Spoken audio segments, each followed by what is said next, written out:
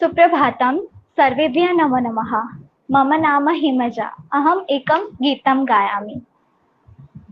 सुरससुबोधा विश्वमनोज्ञा ललितारेभ्या रमणीया अमृतवाणी संस्कृतभाषा नैव क्लिष्टा न च कठिना नैव क्लिष्टा न च कठिना कविकोकिलवाल्मीकि विरचिता रामायण रमणीय कथा अतीव सरला मधुर मंजिला नैव क्लिष्टा न च कठिना नैव क्लिष्टा न च कठिना व्यास विरचिता गणेश लिखिता महाभारते पुण्यकथा कौरव पांडव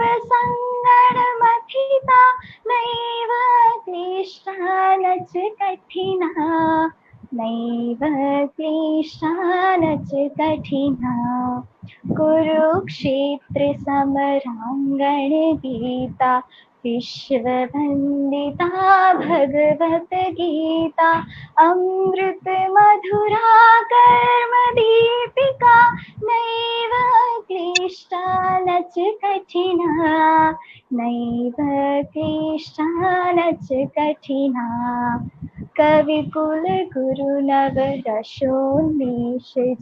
ऋतुरघुकुमार कविता विक्रम शाकुन्तल मालविका नैव क्लिष्टा न च कठिना नैव क्लिष्टा न च कठिना सुरससुबोधा विश्वमनोज्ञा ललितारेभ्या रमणीया अमृतवाणी संस्कृतभाषा नैव क्लिष्टा न च कठिना नैव क्लिष्टा न च कठिना नैव क्लिष्टा न च कठिना।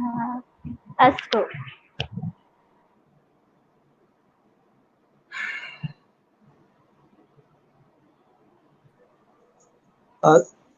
धन्यवाद हिमजा भगिनी। यत्र नार्यस्ते पूज्यन्ते रम्यन्ते तत्र देवता। अभी 2 दिन पहले हमने मातृशक्ति सम्मेलन में एक नारी शक्ति का सम्मान और नारी शक्ति के विचारों से हम समृद्ध हुए थे। ऐसे ही आज हमारे बीच हमें अपने मन की वाणी से समृद्ध करने के लिए एक ऐसी सक्षम नारी शक्ति हमारे बीच उपस्थित है और हमारे आमंत्रण को मान देकर वो यहाँ पर उपस्थित हुई है। तो ऐसी नारी शक्ति को सर्वप्रथम मैं प्रणाम करता हूँ। मुझे उनका परिचय से तो हम वाकिफ है, क्योंकि हमने पिछले 2 दिन से परिचय हमारी यूट्यूब और वेबसाइट पर हमने रखा है, लेकिन फिर भी आज मुझे उनको आमंत्रित करते हुए उनका परिचय, छोटा सा परिचय देने में मुझे खुशी होगी। ये ऐसी नारी शक्ति है जो पूरे गुजरात के शिक्षण का, यानी कि गुजरात प्रदेश के शिक्षण का कार्यभार अपने कंधों पर लेकर ऐसी विकट परिस्थिति में पूरे गुजरात की शिक्षण जगत को संभाल रही है। तो ऐसे हमारे प्रधान सचिव शिक्षा विभाग गुजरात राज्य की प्रधान सचिव श्रीमती अंजू शर्मा भगिनी को यहाँ पर मैं आमंत्रित करते हुए, उनका स्वागत करते हुए अपने आप को बहुत भाग्यशाली महसूस करता हूँ। मैं अंजू शर्मा भगिनी से निवेदन करता हूँ कि वो अपने मन की जो वाणी है उससे और संस्कृत के प्रति और संस्कृत भारती के संपर्क विभाग ने पिछले 42 दिन से जो ये मनोवाणी कार्यक्रम का आयोजन किया है, इसमें आज 21वीं कड़ी है और 21वीं कड़ी में हमें आप जैसे एक सक्षम नारी का सानिध्य प्राप्त हुआ है। तो आप अपने मन की वाणी से हम सबको समृद्ध करें और आप अपना विचार हम सबको, यानी कि पूरे गुजरात के संस्कृत जन प्रेमी को आपके विचार से समृद्ध करें, ऐसी मेरी आपसे विनती है। अस्तु। जयतु संस्कृतम, जयतु भारतम। नमस्कार। श्री हिमांजी पालीवाल जी, श्री आशीष भाई, हिमजा और सारे व्यूअर्स, नमो नमः। आज मनोवाणी कार्यक्रम में आप लोगों के साथ बात करने का मौका मिला है, इसके लिए मैं अपने आप को बहुत ही धन्य समझती हूँ कि आप सब लोगों के साथ आज इंटरेक्ट करने का, अपनी बात कहने का मौका मिला है। आज जो आप सारे व्यूअर्स हैं जो फेसबुक लाइव पे इस प्रोग्राम को देख रहे हैं, मनोवाणी प्रोग्राम इतने दिन से चल रहा है और हर रोज संस्कृत भारती की तरफ से कोई ना कोई एक्सपर्ट्स, कोई ना कोई महानुभाव आके आपको एड्रेस करते हैं और इस कोविड के टाइम को आप लोग बहुत कंस्ट्रक्टिवली यूज कर रहे हैं, इसका मुझे बहुत ही आनंद है। आप लोगों से आज बात करते हुए मैं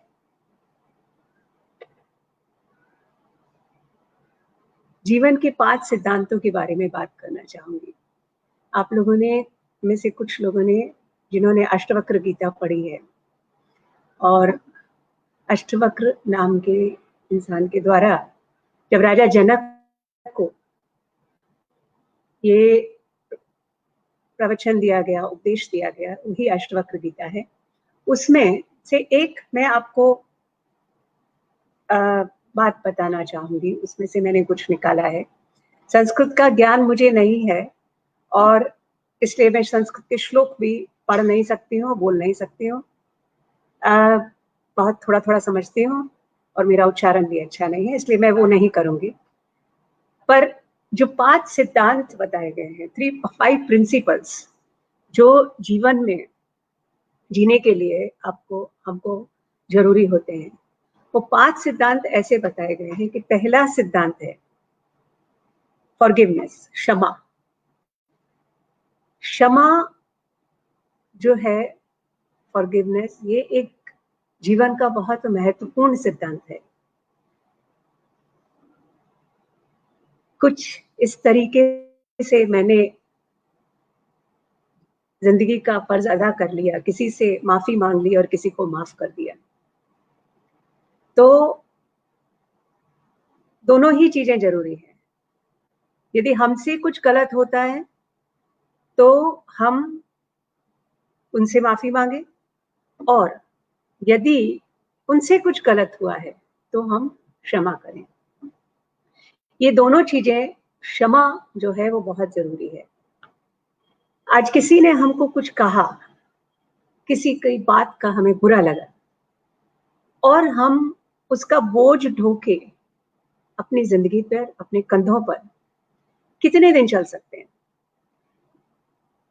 जो हमारे हर्ट्स होते हैं, जो हमारे दिल के ऊपर बोझ होते हैं, वो एक बैगेज की तरह हमारे साथ हमारे चलते हैं। इस बैगेज को हम जितना कम करेंगे, इस बैगेज को हम जितना हल्का करेंगे, उतना ही हम हल्का जीवन में चल पाएंगे। मैंने कितने लोग ऐसे देखे हैं जो क्षमा मांगने में अपने आप को तुच्छ महसूस करते हैं कि हमने यदि किसी से क्षमा मांगी तो इसका मतलब हम उनसे छोटे हो गए या हम कमजोर पड़ गए। क्षमा कमजोरी की निशानी नहीं है, क्षमा स्ट्रेंथ है। क्षमा मांगना और क्षमा करना दोनों ही बहुत हिम्मत की, ताकत की, स्ट्रेंथ की बातें हैं। किसी ने आपको दुख पहुंचाया और आपने अपने ऊपर से उनका बैगेज निकाल दिया और क्षमा कर दिया, इसके लिए हिम्मत चाहिए। आपने किसी का दिल दुखाया और आपने उनसे क्षमा मांग ली और अपना कसूर, अपना गुनाह जो है वो एक्सेप्ट कर लिया कि हाँ मेरे से गलती हुई। ये भी एक बहुत हिम्मत की और बहुत करेज की, साहस की बात है। तो क्षमा जो है वो हमारे जीवन का एक बहुत ही महत्वपूर्ण सिद्धांत है और हमें क्षमा के साथ साथ आगे बढ़ना चाहिए, जिससे कि हम बहुत लाइट ट्रैवल कर सकें। आज आप सोचिए कि जब आप एयरक्राफ्ट पे चढ़ते हैं तो कहते हैं कि 20 किलो से ज्यादा वजन नहीं ले जाना है। अब यदि हम अपने हर्ट्स का और दूसरों को दिए हुए अपने हर्ट्स का वजन साथ में लेते चलेंगे तो हमारा ये वजन बढ़ता चला जाएगा। इसलिए जब हम किसी को क्षमा करते हैं तब न सिर्फ हमें खुशी की प्राप्ति होती है, उनको भी खुशी की प्राप्ति होती है, और उनकी खुशी जो है वो हमारी खुशी में रेजोनेट करती है। जीवन का एक दूसरा सिद्धांत जो अष्टवक्र गीता में बताया गया है वो है करुणा। करुणा को अक्सर लोग दया से कंफ्यूज करते हैं और कंफ्यूज हो जाते हैं और उसको जिंदगी में उतार नहीं पाते। करुणा में दो चीजें हैं कि एक तो परिस्थिति को, दूसरे की परिस्थिति को दूसरे की तरह से समझना। यदि आप दूसरे की परिस्थिति को अपनी तरह से समझ रहे हैं तो वो करुणा नहीं है। तो पहली चीज है परिस्थिति को दूसरे के हिसाब से समझना, और दूसरी चीज है कि उस तकलीफ को दूर करने के लिए कुछ कंस्ट्रक्टिव एफर्ट करना। जहां पर कंस्ट्रक्टिव एफर्ट नहीं है, आपने किसी का दुख समझा और आपने वो दुख समझकर दो शब्द जाहिर कर दिए, जैसे कि आजकल बहुत मामूली सा एक फैशन सा बन गया है कि जब व्हाट्सएप पे कोई भी खराब मैसेज आता है, खराब मतलब जैसे भी कोई भी मृत्यु का मैसेज आता है तो हर आदमी rip rip rest in peace, किसी को तो ये भी पता नहीं होता है कि रिप क्या होता है, रिप लिख देता है। अब वो करुणा नहीं है, क्योंकि उसमें एक बहुत ही सुपरफिशियल ट्रीटमेंट है इस पूरी सिचुएशन का, कि आपने, ठीक है उसको दुख है तो आपने दया करी, अपने शब्द दिखाए, अपने शब्दों के थ्रू एक्सप्रेस किया, एटलीस्ट कुछ तो किया, वहां तक ठीक है। लेकिन जब तक जो सामने वाले लोग हैं जिनके यहाँ वो लॉस हुआ है, उनके हिसाब से आपने उनके दुख को समझकर उनके सुख दुख में भागी नहीं हुए, तब तक वो करुणा नहीं है। और करुणा का मतलब ये भी नहीं है कि करुणा लिमिटलेस है, ये भी नहीं है। क्योंकि यदि कोई आदमी गलत काम करता है और आपने उनके प्रति करुणा दिखाई और उनको आपने सजा नहीं दी और फिर वो दोबारा वही काम करते हैं और फिर वो वही काम करते हैं, तो वो करुणा नहीं है। क्योंकि उस करुणा से, जो सो कॉल्ड करुणा आप दिखा रहे हैं, उससे दूसरों को नुकसान पहुंच रहा है और उससे शायद आपको भी नुकसान पहुंच रहा हो। तो करुणा में एक सेल्फ कंपैशन भी बहुत जरूरी है। तो करुणा खाली शब्दों से नहीं, करुणा खाली सुपरफिशियल नहीं, पर करुणा दूसरे की परिस्थिति को दूसरे के हिसाब से समझ के, अपने हिसाब से समझ के नहीं, अपने हिसाब से तो हर आदमी समझ सकता है, दूसरे के हिसाब से समझकर उसकी तकलीफ को दूर करने के लिए एफर्ट करने का नाम करुणा है। अब वो करुणा जीव के प्रति भी हो सकती है, वो करुणा हर चीज के प्रति, एक करुणा का भाव यदि हम लेकर चलें तो हम किसी भी इंसान की परिस्थिति को समझ सकते हैं और हम हर एक स्टेज पर जो लोगों को नुकसान पहुंचाते हैं वो नुकसान पहुंचाना कम कर सकते हैं और इस पूरी दुनिया को हम एक सुंदर दुनिया बना सकते हैं और इसको हम एक सुनहरी दुनिया बना सकते हैं जहां पर सब एक दूसरे के बारे में ही सोचते हैं। ये करुणा का भाव आता कहां से है? करुणा का भाव आता है,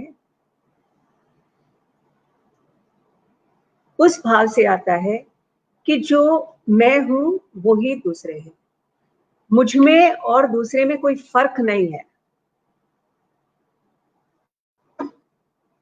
तत्त्वमसि, जो है आप जो है वो ही दूसरा है। और जब हम दोनों एक ही चीज के दो पहलू हैं या एक ही चीज है तो फिर अपने आप करुणा का भाव निकलता है और अपने आप करुणा उजागर होती है। इसी तरीके से ये दूसरा सिद्धांत जो हमें जीवन के लिए जरूरी है, ये करुणा का है। तीसरा एक सिद्धांत जिसके बारे में अष्टवक्र गीता में बोला गया है, वो है आर्जव। आर्जव मतलब सिंसियरिटी। जो भी आप काम करें सिंसियरिटी के साथ करें। जो भी अपना कर्म जो हमें करना है, गीता में कर्मयोग की बात करी गई है। गीता में अपना कर्म सतत करते रहने की बात करी गई है, निष्कर्मण्य होने की बात नहीं करी गई। क्योंकि यदि आप निष्कर्मण्य होंगे तो भी एक कर्म ही कर रहे हैं एक तरीके से, तो और यदि निष्कर्म होंगे तो आप अपने धर्म का पालन नहीं कर रहे हैं, और यदि आप अपने धर्म का पालन नहीं कर रहे हैं तो आपको जो ये जीवन मिला है वो जीवन का आप पूर्ण रूप से यापन नहीं कर रहे हैं। तो इसीलिए कर्म जो करना है और अपना संपूर्ण भाव से कर्म करना है और उसको सिंसियरिटी के साथ करना है, पूरी सिंसियरिटी के साथ करना है। जितनी मेरी क्षमता है उससे करना है, तब वो आर्जव का भाव आता है और तब हम अपने प्रति, दूसरों के प्रति जब सिंसियरिटी रखते हैं, जब हम उसको गंभीरता से लेते हैं, तब जाकर हमें आगे उसका जो कर्म का जो अनुभव है, जो फल है, वो भी मिलता है। तो सिंसियरिटी बहुत ही महत्वपूर्ण सिद्धांत है। एक और सिद्धांत जो अष्टवक्र गीता में दिया गया है वो है तोषा, कंटेंटमेंट। अब कंटेंटमेंट जो है वो सबसे मुश्किल चीज है। आपके पास कार है तो अच्छी कार नहीं है, अच्छी कार है तो महंगी कार नहीं है, महंगी कार है तो लेटेस्ट मॉडल नहीं है, लेटेस्ट मॉडल है तो जो उसमें भी मुझे आप मजा नहीं आ रहा है।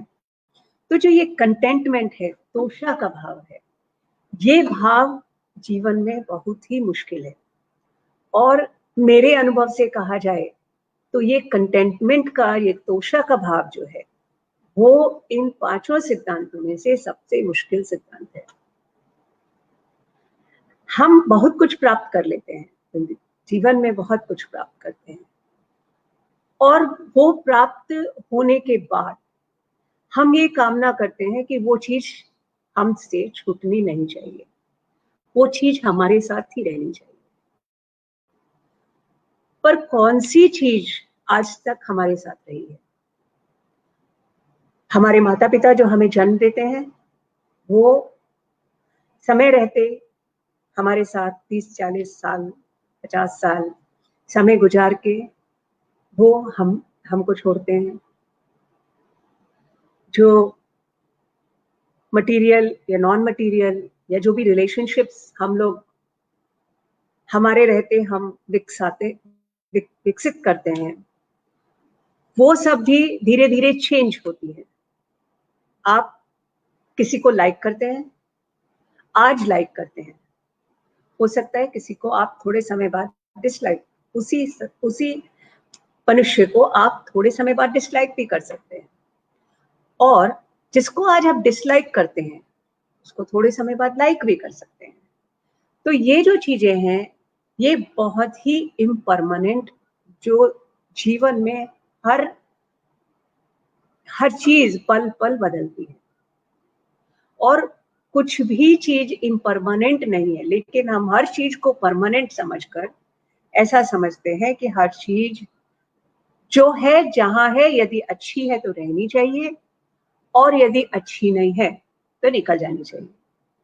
पर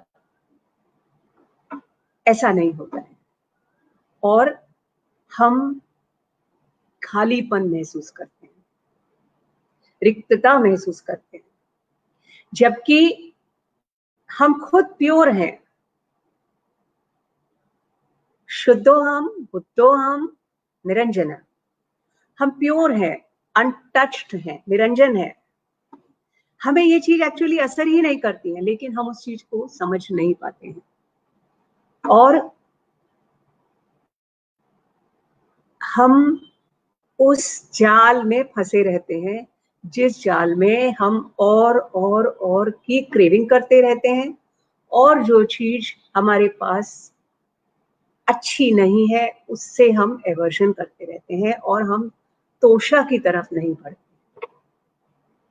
जो कुछ है जहां है वैसा है, नेक्स्ट पल में जो कुछ है जहां है वैसा ही होगा, उससे नेक्स्ट पल में जो कुछ है जहां है वो वैसा ही निर्धारित है। तो ये जो तोषा का भाव है, कंटेंटमेंट का भाव है कि जो कुछ मेरे पास है मैं उसमें खुश हूं, जो कुछ मेरे पास नहीं है मैं उसमें भी खुश हूं, वो भाव जो है बहुत मुश्किल से आता है। लेकिन जब वो भाव आता है तो आपको एक कंप्लीटनेस की भावना आती है। आत्म साक्षी विभूत विभूत विभूत विभूत पूर्ण। तो जब आप आत्म साक्षी बन जाते हैं तब आपको एक पूर्णता की भावना आती है, और जब वो पूर्णता की भावना आती है तब वो पूर्णता को जब आप अपने अंदर उतारते हैं तब आपको तोषा आता है, संतोष आता है। देखिए, अष्टवक्र गीता की बातें हैं, हमें अपने जीवन में उतारनी है, और जिन्होंने ये बातें जीवन में उतारी हैं वो अलग अलग स्टेज पर चल रहे हैं। बड़े बड़े ज्ञानी, बड़े बड़े संत हमने ऐसे देखे हैं और हम देखते हैं कि जिनमें इन सिद्धांतों की बात करते हैं लेकिन उन सिद्धांतों का पालन नहीं कर पाते। तो ये जो जर्नी है ये कोई ऐसी जर्नी नहीं है कि आज आपने ये 5 सिद्धांत जान लिए या आपने किसी को बता दिए या आपकी समझ में आ गए तो आप उसमें उतर गए, ऐसा नहीं है। ये इस पार और उस पार की बात नहीं है, ये बात है एक जर्नी, एक प्रवास करने की बात है, जिसमें आप धीरे धीरे धीरे हम आगे बढ़ते हैं और नीचे से ऊपर जाते हैं, और हम धीरे धीरे इन सिद्धांतों का पालन करते हुए अपने जीवन में आनंद की प्राप्ति करते हैं।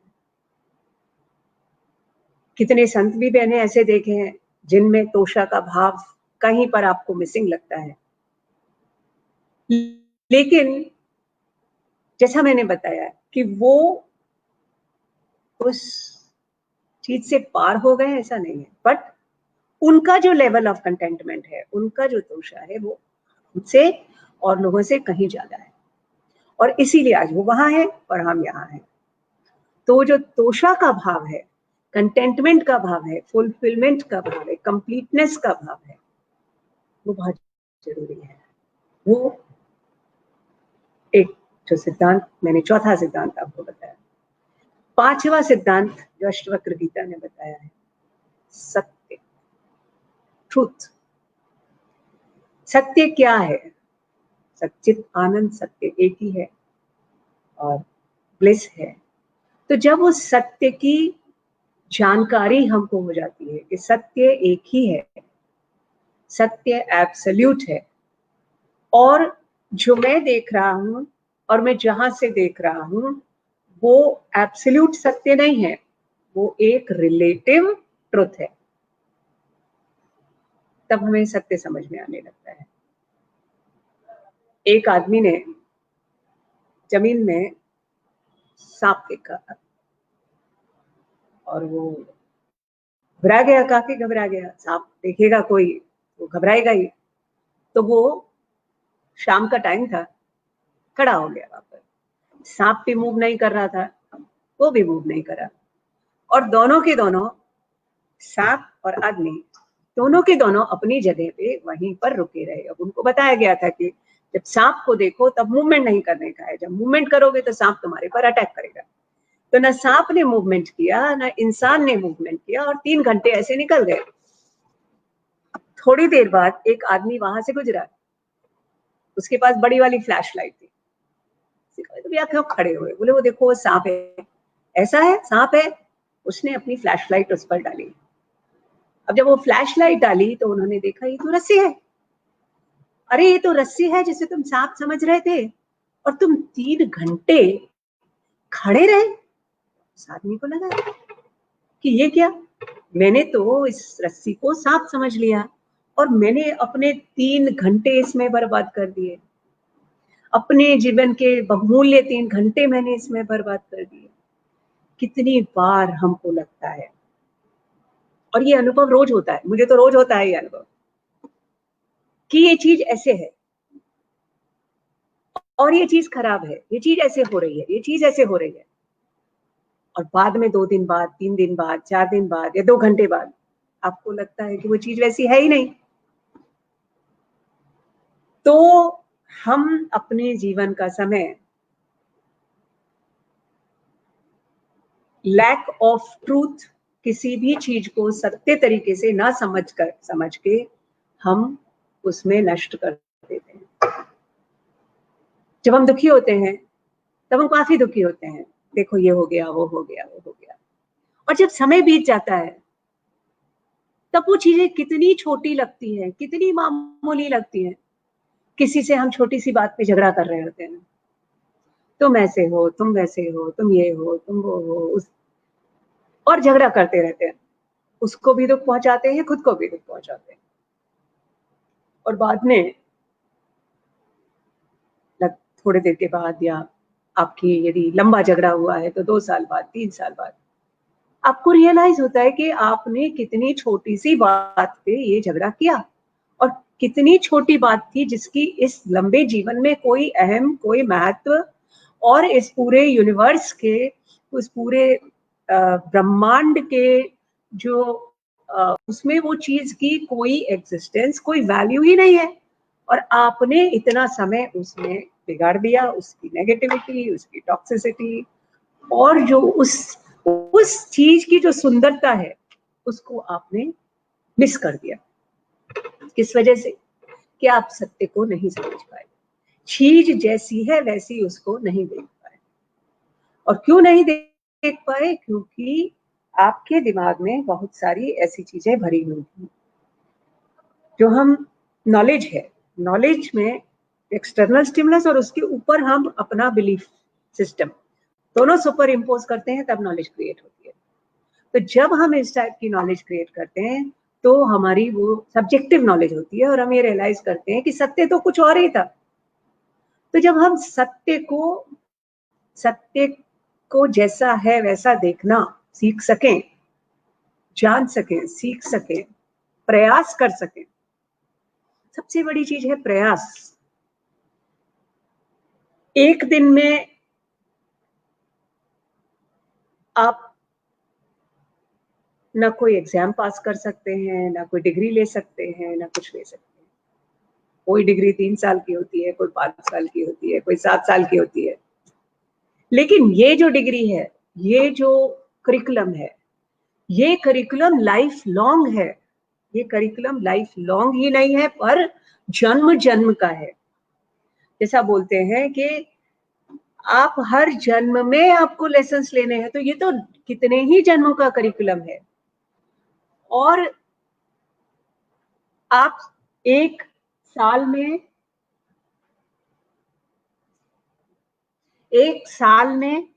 या 1 महीने में यदि आप सोचे कि आप सीख पाएंगे, आप यदि जिंदगी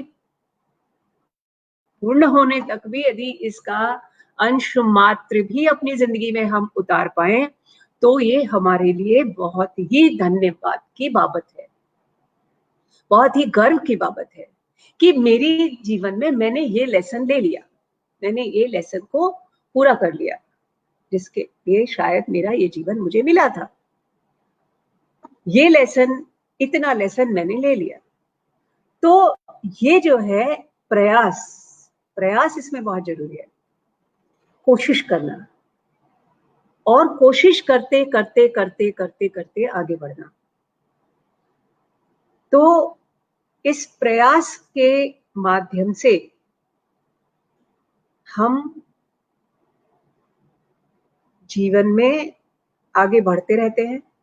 और ये 5 प्रिंसिपल्स, करुणा, आर्जव, सत्य, क्षमा, संतोष, ये 5 जो सिद्धांत हैं, इनको साथ लेकर यदि हम आगे बढ़ते रहें तो हम एक बहुत ही कंस्ट्रक्टिव, यूजफुल और आनंदमय जीवन व्यतीत कर सकते हैं। रास्ता हमें सबको पता है,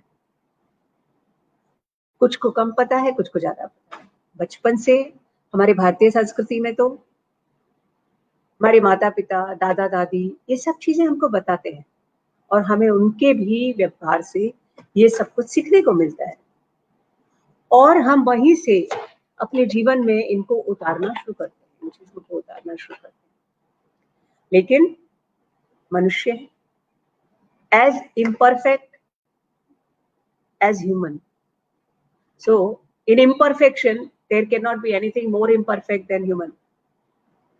तो मनुष्य है इसलिए हम इम्परफेक्ट हैं, हम परफेक्ट नहीं हो सकते। यदि आप किसी से उम्मीद करें, यदि आप कल को कहें मैडम आप तो इतनी सारी बातें हमें बता रही थी, ये तो आपको सब आता होगा। हर एक मनुष्य इंसान है और इंसान इम्परफेक्ट है। किसी से भी परफेक्ट होने की उम्मीद करना एक बहुत ही फिर भगवान की उम्मीद करना है। आप अपने माता पिता को शुरू में आइडलाइज करते हैं, आदर्श की तरह से देखते हैं। सडनली आपको लगता है कि अरे ये तो मैं ऐसे सोच रही थी कि मेरे माता पिता परफेक्ट हैं, पर ये तो परफेक्ट नहीं निकले, तो कितना दुख आता है। आप एक इंसान को पसंद करके उनसे शादी करते हैं, 1 साल 2 साल 5 साल में आपको लगने लगता है कि अरे मैंने तो ये सारी चीजें इनमें देखी थी, ये सब चीजें तो इनमें है ही नहीं, तो ये तो कितने इम्परफेक्ट हैं। आप कोई जॉब लेते हैं और जॉब लेने में आप तो यही सोच के लेते हैं कि इस जॉब में आपको सब कुछ मिलेगा, लेकिन जब आप जॉब में काम करते हैं तो लगता है इसमें तो बहुत इम्परफेक्शंस हैं, ये ऐसा है, ऐसी है, ऐसा है, तो आपको लगता है कि ये भी इम्परफेक्ट है। तो जीवन में सभी कुछ इम्परफेक्ट है एक्चुअली, और हम खुद भी इम्परफेक्ट हैं और हम ये मान के चले कि हम ये इम्परफेक्ट है और हमारे इम्परफेक्शन को हम उसी तरीके से स्वीकार करें और दूसरों के इम्परफेक्शन को भी हम उसी तरीके से स्वीकार करें। हम हैं जैसे हैं, भगवान का एक क्रिएशन है और हर इंसान इम्परफेक्ट है। उस इम्परफेक्शन से हमें घृणा नहीं करनी है, उस इम्परफेक्शन से हमें अपने आप पर संकोच नहीं करना है या अपने आप से लड़ना नहीं है कि ये इम्परफेक्शन हमें क्यों है, सब में है, हर इंसान में है। जो कहता है कि मेरे आपके अंदर जो इंसान ये कहता है कि मेरे अंदर इम्परफेक्शन नहीं है, उसमें भी इम्परफेक्शन है, क्योंकि ये कहना कि मेरे में इम्परफेक्शन नहीं है खुद एक इम्परफेक्शन की बात है। तो हर इंसान इम्परफेक्ट है, इसीलिए जब हर इंसान इम्परफेक्ट है तो अपने आप को और हर दूसरे इंसान को क्षमा करते हुए चलें, संतोष के साथ चलें कि हम जैसे हैं वैसे हम संतुष्ट हैं, हमें उसमें कोई परफेक्ट होने की जरूरत नहीं है। यदि हमसे कोई गलती हो गई है तो इंसान से गलती होती है, एक इम्परफेक्ट आदमी से गलती होती है, परफेक्ट आदमी से गलती नहीं होती। और जब हम परफेक्ट हो गए तो फिर हम भगवान बन गए, फिर हम इंसान बन के यहाँ क्या कर रहे हैं। तो कुछ भी आपके साथ आप करते हैं या कुछ भी होता है, इससे अपने आप को बहुत ग्लानि महसूस करना भी एक लैक ऑफ करुणा का अभाव है। और जो भी हम कर रहे हैं, हम आगे बढ़ें, हम आगे बढ़ते रहें, सतत आगे बढ़ते रहें, इस भाव से हम चलें तो हम काफ़ी कुछ अपनी ज़िंदगी में, अपने जीवन में प्रगति कर सकते हैं। आज आपने इतनी शांति से मुझे सुना। कुछ प्रश्न हो यदि बता सकते हैं तो मैं उनका कुछ जवाब दे सकती हूँ 5-10 मिनट। थैंक यू, आभार। जय हिंद।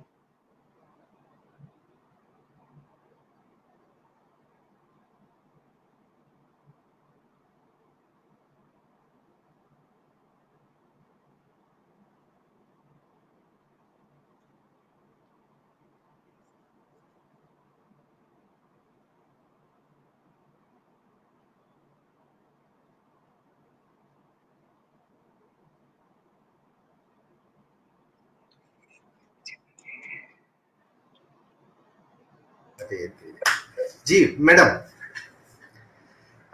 मैडम ने अभी संस्कृत शास्त्रों में किस प्रकार से हमारा जीवन है उस दृष्टि से हमारा जीवन के बारे में मैडम ने वो प्रकाशित किया है। मैं मैडम से निवेदन करूंगा कि संस्कृत भाषा के विषय को लेकर देश भर में अभी जो संस्कृत भारती के द्वारा जो प्रयत्न चल रहा है, भाषा का पुनर्जीवन और भाषा के पुनर्जीवन से संस्कृत का पुनरुत्थान, तो इस विषय में मैडम थोड़ा कुछ संदेश दे, ऐसा मेरी मैडम से निवेदन है। हिमांजय भाई मेरे पास आते रहते हैं और हिमांजय भाई से संस्कृत के बारे में हमारी बहुत बातें होती रहती हैं। मैंने संस्कृत सीखने का भी थोड़ा बहुत प्रयास किया, लेकिन जो भी है, पर संस्कृत जो भाषा है उसके अंदर इतना कुछ है कि यदि मुझे लगता है कि मुझे संस्कृत आती होती तो मैं आपको ज्यादा अच्छे से इस पूरे विषय को समझा सकती हूँ। हमारे जो शास्त्र हैं, हमारे जो भारतीय संस्कृति के आधार हैं, वेद हैं, उपनिषद हैं और भी रिलीजियस टेक्स्ट हैं, वो सब संस्कृत में लिखे गए हैं। और यदि हमें उनके अंदर से छुपा हुआ ज्ञान बाहर निकालना है तो संस्कृत का ज्ञान बहुत ही जरूरी है। मैंने संस्कृत नहीं पढ़ी, इसका मुझे आज भी काफी अभाव लगता है। पर जैसा मैंने कहा कि this is one of my imperfections, so अभाव लगता है, लेकिन मैं उससे बहुत परेशान नहीं होती, पर अभाव लगता है। और मुझे बार बार लगता है कि यदि मैंने अपने वांचन काल में, जब पढ़ाई का समय होता है, यदि संस्कृत पढ़ी होती या उसके बाद में संस्कृत पढ़ी होती तो शायद आज मैं इन जीवन के इन रहस्यों को ज्यादा अच्छे से समझ पाती। संस्कृत जो है ये सब भाषाओं की जननी है और इतनी रिच भाषा है, एक माध्यम है, हमको जीवन से कनेक्ट करने का एक माध्यम है संस्कृत। तो संस्कृत के लिए हिमांजय जी और उनके संस्कृत भारती के लोग जो प्रयत्न कर रहे हैं वो खरेखर सराहनीय है। और मैं चाहती हूँ कि वो इस प्रयत्न को आगे बढ़ाते रहें, जिसे मेरे जैसा एक असंतुष्ट मनुष्य क्रिएट ना हो जिसको संस्कृत नहीं आती और जो ये खजाना है हमारे भारतीय शास्त्रों का, उसे पढ़ने से वंचित रह जाता है। तो और कोई रीजन यदि संस्कृत सीखने का आपको ना मिले तो ये सबसे बड़ा रीजन है कि संस्कृत के माध्यम से हम अपने भारतीय संस्कृति को एक्सप्लोर कर सकते हैं और उसमें जो बहुमूल्य मोती हैं उन मोतियों को हम निकाल के ला सकते हैं और अपने जीवन में उतार सकते हैं। संस्कृत भारती से जुड़े हुए लोग इस डायरेक्शन में अच्छा काम कर रहे हैं और मुझे बहुत खुशी है कि वो लोग संस्कृत को एक जन जीवन से जोड़ रहे हैं और ये भी मनोवाणी का ये जो प्रयत्न है ये भी उसका भाग है। तो बचपन से ही यदि थोड़ा संस्कृत पर भार दिया जाए और जैसा कि हिमांजय भाई बोलते हैं कि संस्कृत को संस्कृत के माध्यम से पढ़ाया जाए, संस्कृत को हिंदी माध्यम से या इंग्लिश माध्यम से मैं संस्कृत नहीं समझ पाई क्योंकि मैंने संस्कृत को इंग्लिश माध्यम से पढ़ा, अंग्रेजी माध्यम से पढ़ा। आज हिंदी को आप हिंदी माध्यम से पढ़ते हैं, अंग्रेजी को अंग्रेजी माध्यम से पढ़ते हैं, फ्रेंच को फ्रेंच माध्यम से पढ़ते हैं, लेकिन संस्कृत को आप हिंदी माध्यम से या अंग्रेजी माध्यम से पढ़ते हैं, तो संस्कृत कैसे समझ में आएगी? तो संस्कृत को संस्कृत के माध्यम से पढ़ा जाए और संस्कृत को आगे बढ़ाया जाए, ये मेरी तहे दिल से तमन्ना है। और यदि इतना सब प्रयत्न कर रहे हैं, उसमें जो भी मुझसे बन पड़ता है, मैं हमेशा हिमांजय जी को सपोर्ट करती हूँ और आपके इस पूरे कार्य को सपोर्ट करती हूँ कि आप ये बहुत महान कार्य कर रहे हैं और आप अपने इस भगीरथ कार्य में सफल हों, ऐसी मेरी शुभेच्छा है। Thank you.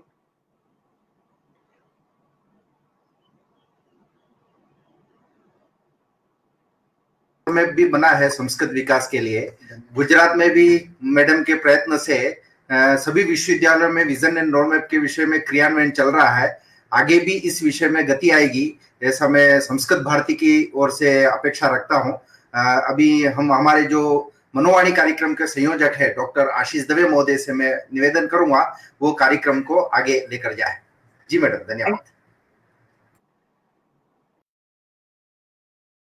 वक्तव्य है, उस वक्तव्य के बारे में बोलूंगा कि उन्होंने अष्टावक्र गीता को जो 5 मूलभूत तत्व है उसको हमारे सामने रखते हुए, जो हमारे पुरातन काल में आदि शंकराचार्य जी ने हमें जो संदेश दिया था अहम ब्रह्मास्मि और तत्वमसि, उससे हमें अवगत करवाया। पंच तत्वों की जो बात की है, वो पंच तत्व आज के समय में मैनेजमेंट और बाकी सब जगह पे ये अष्टावक्र गीता के जो पंच तत्व की बात की है, तो उसमें आज के समय में मैनेजमेंट में थियोरी ऑफ मोटिवेशन में बहुत से तत्व चिंतक हो गए और उन्होंने भी वही पंच तत्वों को हमारे सामने रखा है। और मैडम ने परफेक्शन की बात की, तो हम जानते हैं कि हमारे भगवान विष्णु के बाकी सब अवतार है वो भी परफेक्ट नहीं थे और इसमें से एक ही अवतार ऐसा माना जाता है जिसको हम पूर्ण पुरुषोत्तम भगवान श्री कृष्ण कहते हैं। तो कोई मनुष्य परफेक्ट नहीं होता, इसमें थोड़ी बहुत त्रुटि होती है और हमें वो मनुष्य को उस त्रुटि के साथ ही स्वीकार करना होता है। लेकिन अगर प्रयत्न करें तो मैडम की जो संस्कृत की त्रुटि वो अनुभूति कर रहे हैं, तो वो त्रुटि जरूर दूर हो सकती है और हो जाएगी, ऐसी में मुझे विश्वास है। मैडम ने हमें जो आज वक्त दिया, हमें समय दिया अपने बहुत ही एक्टिव शेड्यूल में से, तो मैडम के संस्कृत भारती संपर्क विभाग गुजर एवं सौराष्ट्र प्रांत की ओर से मैं मैडम का धन्यवाद करता हूँ। अस्तु, जयतु संस्कृतम, जयतु भारतम।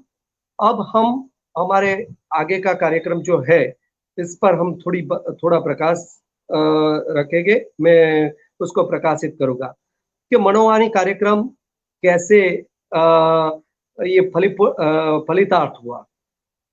आज से करीबन 45 दिन पहले जब पूरा भारत लॉकडाउन में थे और हम सब घर में थे, तब हम एक दूसरे का संपर्क कैसे कर सके, यानी कि एक दूसरे के संपर्क के लिए हम अगर टेलीफोन के माध्यम से अगर हम काम करेंगे तो हो सकता है, लेकिन इसमें क्या हो सकता है कि हम एक दूसरे को व्यक्तिगत संवाद कर सकते हैं, लेकिन हमें पूरे मास से यानी कि समग्र संस्कृत अनुरागी लोगों से हमें संवाद करना था।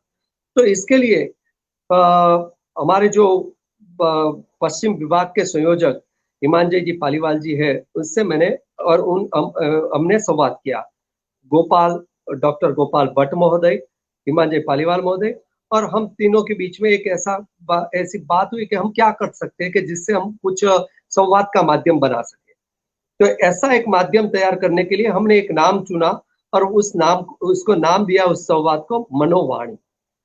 गोपाल भट्ट, मैंने, गोपाल भट्ट और हिमांजय जी ने तीनों ने मिलकर हमारे गुर्जर प्रांत एवं सौराष्ट्र प्रांत के जो अध्यक्ष है हमारे आदरणीय डॉक्टर कृष्ण प्रसाद निरोला जी यानी कि गुरु जी और आदरणीय जयशंकर रावल महोदय, दोनों से हमने बात की कि हम ऐसा कुछ प्रकल्प करना चाहते हैं संपर्क विभाग की ओर से, और वो दोनों ने हमें अनुमति दे दी कि आप अपनी तरह से, आपको स्वतंत्रता है, आप एक अच्छा सा प्रकल्प चला सकते हैं। फिर बात शुरू हुई हमारे दोनों दोनों प्रांत के मंत्री महोदय यानी कि जो हमारे साथ दोनों प्रांत के मंत्री यानी कि जितेंद्र ब्रह्मभट्ट महोदय और सौराष्ट्र से डॉक्टर पंकज त्रिवेदी महोदय, उनसे हमने संवाद किया। उन्होंने भी बोला कि हाँ, हम आपके साथ हैं और आपको जो कुछ भी करना है हम अपने अपने प्रांत से हम अच्छा सा आपको सहयोग करेंगे। फिर इससे आगे हमने हमारे सहमंत्री दोनों प्रांत के गुर्जर प्रांत के सहमंत्री नंदकिशोर मेहता महोदय से और सौराष्ट्र प्रांत के हमारे जो सहमंत्री है डॉक्टर ललित पटेल महोदय से हमने संवाद किया और हमने बात की कि चलो हम ऐसा कुछ प्रकल्प फ्रेमवर्क करते हैं और उसमें आगे बढ़ते हैं।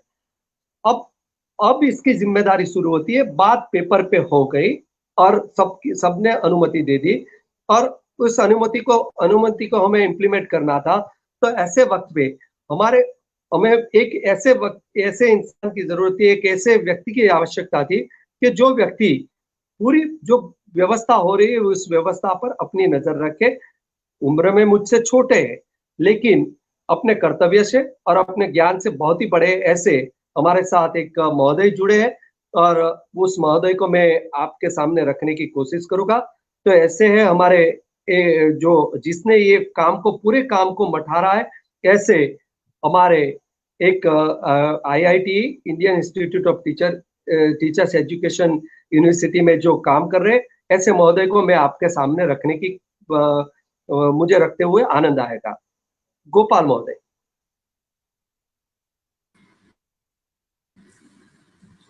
नमस्कारः। वस्तुतः संघटनद्वारा निर्दिष्टः सूचितः अहं निमित्तमात्रः कश्चन कार्यकर्ता।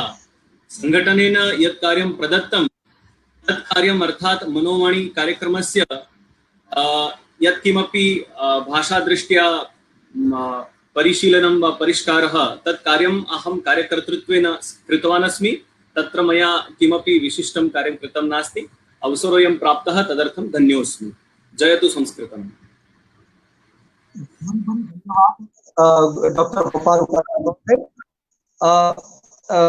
समग्र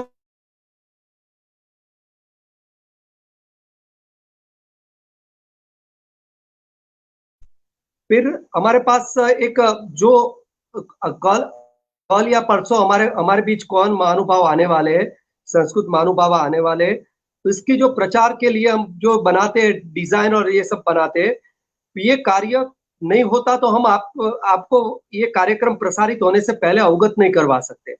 तो ये कार्य करने का दायित्व लॉकडाउन के दरमियान टेक्नोलॉजी अपने पास नहीं थी, फिर भी अपनी कैसे भी करके अपना पूरा साधन सरंजाम तैयार करके जिसने निभाया है उसको मैं आपके सामने रखते हुए मुझे बहुत ही खुशी होगी, बहुत ही आनंद होगा।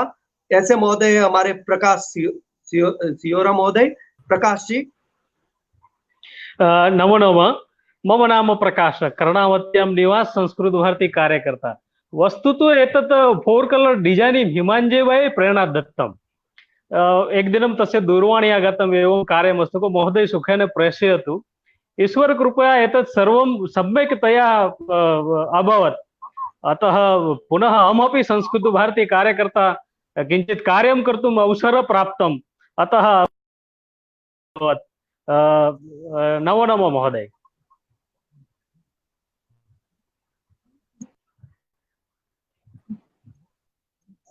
ये पूरा कार्यक्रम चल रहा है, ये पूरे कार्यक्रम अगर हमने सब कुछ कर दिया है, हमारे महानुभाव आने के लिए तैयार हो गए, हमारे निमंत्रण का स्वीकार करके प्रकाश भाई ने अपनी डिजाइन बना दिए, हमने प्रचार कर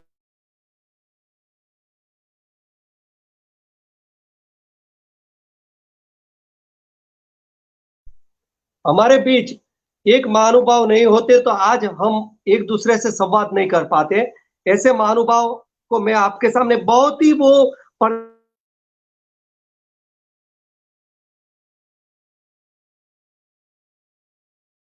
आज भी वो हमारे बीच उपस्थित होने के लिए तैयार नहीं थे। ऐसे महानुभाव को आपके बीच आपके बीच रखने से मुझे बहुत ही खुशी होती है, आनंद होता है। मैं नैतिक भाई से निवेदन करता हूं कि वो आए और अपना परिचय दे। नैतिक प्रजापति महोदय। नमो नमः। नैतिक प्रजापति निवास कार्यालय अस्ति। अहं अत्र संस्कृत गौरव परीक्षा पत्राचार इत्यादि प्रकल्पान् पश्यामि। अत्र कार्यालय संबंधी यत् सर्वं। नमो नमः, धन्यवाद। धन्यवाद नैतिक महोदय। पहले फेसबुक में हम किसी को पासवर्ड, अपने फेसबुक का अकाउंट का पासवर्ड देते थे। बहुत ही प्रतिष्ठित व्यक्ति जो जन थे वो भी अपने वहां हमारे फेसबुक अकाउंट को ओपन करके इतनी सारी मुश्किलें सह के वो लोग जो कुलपति महोदय और बड़े बड़े दंडी स्वामी, ये सब स्वामी जी ने सबने ये काम किया कि अपने वहां से हमारे फेसबुक अकाउंट को खोलकर अपने लैपटॉप पे या अपने मोबाइल से हमें अवगत करवाया।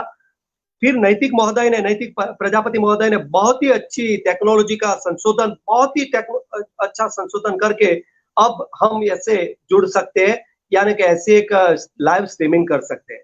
तो ये पूरा जो हम आपके सामने आ सकते हैं या महानुभावों को ला सकते हैं, ये इसके पीछे जो कोई है तो ये नैतिक प्रजापति महोदय है। और नैतिक प्रजापति महोदय को मैं संपर्क विभाग, गुर्जर एवं सौराष्ट्र प्रांत संस्कृत भारती की ओर से धन्यवाद, बुरी धन्यवाद करता हूँ। ये पूरा कार्यक्रम है, कार्यक्रम होता है, कार्यक्रम करने तैयार होता है और उसका जो प्रचार नहीं होता, जो हमने शुरू किया तब पहले दिन करीबन 600 से 700 लोग हमसे जुड़े थे लाइव, 600 से 700 लोग जुड़े थे और वो कार्यक्रम 600 से 700 लोगों ने देखा था। आज हमें 20 से 25,000 लोग देख रहे हैं। ये जो पूरा दायित्व जिसने निभाया है वो हमारे प्रचार विभाग ने निभाया। प्रचार विभाग को मैं अभी यहाँ पर मैं अगर उनका नाम नहीं लूंगा, उनका उल्लेख नहीं करूंगा तो वो सबसे बड़ी मेरी गलती होगी। तो गुर्जर प्रांत के प्रचार प्रमुख डॉक्टर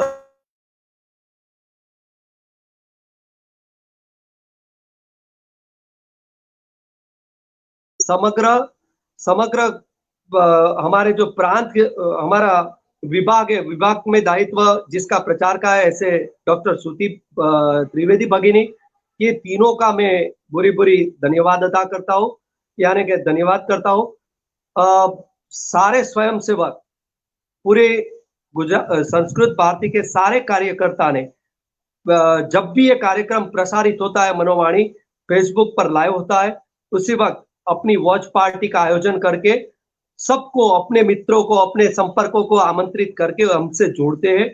ऐसा नहीं है कि मनोवाणी सिर्फ गुर्जर और सौराष्ट्र प्रांत में, यानी कि गुर्जर प्रदेश में ही देखी जाती है। आज मनोवाणी जब भी प्रसारित होती है पूरे भारत राष्ट्र से, पूरे राष्ट्र से हमसे जुड़कर उसके लिए प्रतीक्षा करने वाले लोग हमसे जुड़े हैं। तो ऐसी मनोवाणी में जितने भी महानुभाव पूरे गुर्जर प्रांत से और सौराष्ट्र प्रांत से जितने भी कुलपति श्री महोदय है, बाकी महानुभाव है, हमारे साधु सन्यासी महोदय है, उन सबका मैं संपर्क विभाग की ओर से धन्यवाद करता हूँ। या मनोवाणी कार्यक्रम अविरत अभी चालू है, या आज इसकी पूर्णाहुति नहीं है। हम अभी भी मिलते रहेंगे, आपको अवगत करवाते रहेंगे कि कौन आने वाला है, वो प्रचार विभाग आपसे प्रचार करेंगे। लेकिन आप सबने जो हमें प्यार दिया है, हमें प्रेम दिया है, हमारा स्वीकार किया है, संस्कृत का स्वीकार किया है, संस्कृत भारती का स्वीकार किया है, संस्कृत भारती संपर्क विभाग का एक प्रकल्प है उसका स्वीकार किया है, इसलिए मैं आप सबका धन्यवाद करता हूँ। जयतु संस्कृतम जयतु भारतम। इससे पहले ये पूरा प्रकल्प है, इसके पीछे जो कोई हमारी करोड़रज्जु है, तो वो हमारे पश्चिम विभाग के संगठन मंत्री हिमांजय पालीवाल महोदय है। मैं उनको भी हमारे सामने आने के लिए एक विनती करता हूँ कि सर आप, हिमांजय पालीवाल महोदय, आप आए और आपका कुछ अनुभव है और कहाँ पर हमने कुछ किया है, उसमें कुछ त्रुटि रही है, तो आप हम पब्लिकली हमें कह सकते हैं। हिमांजय पालीवाल महोदय, आप आने के लिए कृपा करेंगे।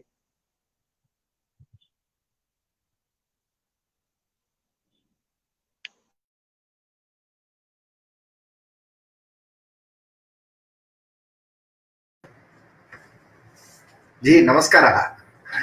हाँ आशीष भाई। हिमांजय जी, आपका स्वागत है और हम आपके बहुत ही आभारी है। वैसे तो परिवार में आभार नहीं माना जाता किसी का, फिर भी आपने जो जो हमें मार्गदर्शन दिया है, आपने जो सहयोग दिया है वो अकल्पनीय है। मैं संपर्क विभाग की ओर से आपका धन्यवाद करता हूँ, लेकिन आप अपना कुछ मंतव्य हमारे सामने रखें। सर्वेषां प्रयत्नेन एतत् कार्यं जायमानमस्ति। अतः वस्तुतः आशीष महोदयस्य बहु प्रयत्नः। आशीष महोदय यथा सूचयति, मनोवाणी कार्यक्रम टीम द्वारा यथा सूचना भवति तथा सूचनाया पालनम् अस्माकं सर्वेषां कार्यकर्तॄणां कर्तव्यं भवति। तदनुसारमेव अहमपि आशीष महोदयस्य सूचनाया पालनमेव करोमि स्म। कारणम् आशीष महोदय अस्माकं मनोवाणी कार्यक्रमस्य संयोजकः इत्युक्ते सः सङ्घटनस्य प्रतिनिधि। अतः संगठन सूचना अंतिमम् आशीषः प्रतिनिधि अस्ति। आशीषस्य पृष्ठे संगठनम् अस्ति इत्युक्ते संगठन सूचना। और वयं तो सर्वे संगठन सूचना यथा भवति तथा पालनं कुर्मः। अतः वयं सर्वे संगठनस्य सूचनानुसारं सर्वे मिलित्वा पालनं कृतवन्तः। भवन्तः सर्वे मनोवाणी कार्यक्रमं लोकप्रियं कृतवन्तः।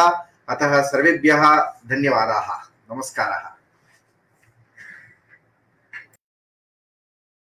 नैतिक महोदय, जयतु संस्कृतं जयतु भारतम्।